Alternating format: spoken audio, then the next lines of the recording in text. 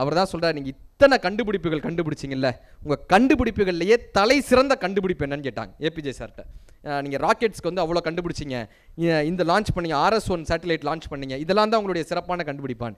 APJ sir சொன்னார், இல்லை நான் என்னுடைய வீட்டு பக்கத்தில் இருக்கும்போது என்னுடைய ஃப்ரெண்டு வந்து ஒன்று சொன்னாங்க, பக்கத்தில் ஒரு ஆசிரமம் இருக்குது, அங்கே நடக்க முடியாத குழந்தைங்க இருக்காங்க, இந்த குழந்தைகளுக்கு வந்து கட்டைக்கால் பொருத்திருப்பாங்கல்ல, இந்த கட்டைக்கால் ஒவ்வொன்றும் 30 கிலோ இருக்கும், 30 கிலோ இருக்கும்.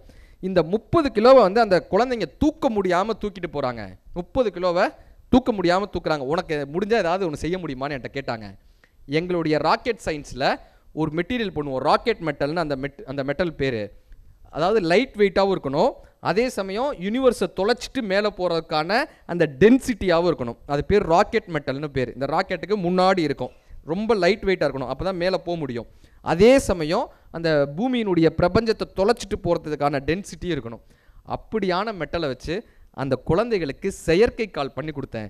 30 கிலோ செயற்கைக்காலை வெறும் 300 கிராம் செயற்கைக்காலாக கொண்டு வந்து மாற்றி கொடுத்தேன். அதுக்கப்புறம் அந்த குழந்தைகள் எளிமையாக நடக்கிறத நான் கண் முன்னாடி பார்த்தேன், அந்த குழந்தைகள் சைக்கிள் ஓட்டுவதை நான் கண் முன்னாடி பார்த்தேன். எனக்கு தெரிந்து நான் கண்டுபிடித்த கண்டுபிடிப்புகளையே அதைத்தான் நான் என்னுடைய தலை சிறந்த கண்டுபிடிப்பாக சொல்வேன்னு ஏபிஜே சார் சொன்னார்.